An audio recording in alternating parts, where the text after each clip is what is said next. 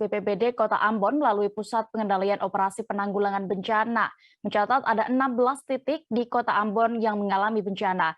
14 titik itu tersebar di 3 kecamatan di Kota Ambon, yakni Sirimau, Baguala, Teluk Ambon, Baguala.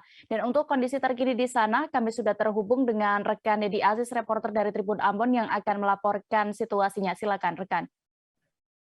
Baik, terima kasih rekan Dea dan juga Tribuners. Memang dapat kami laporkan bahwa hari ini Selasa 5 Juli 2022 telah terjadi hujan yang begitu deras di Kota Ambon sejak malam tadi, begitu sekitar pukul 3 dini hari begitu, dan hujan terus berlanjut hingga pukul 10 pagi dan mengakibatkan banjir serta pohon tumbang dan bencana tanah longsor di beberapa titik di Kota Ambon.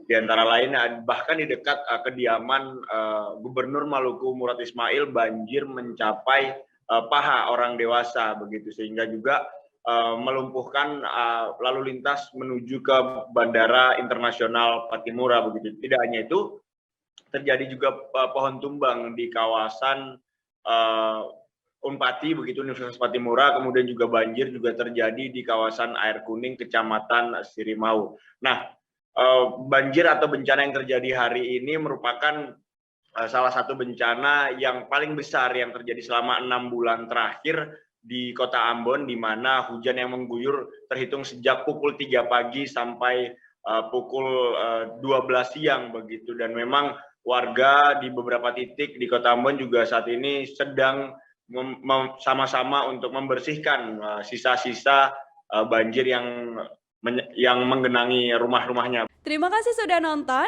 Jangan lupa like, subscribe, dan share ya.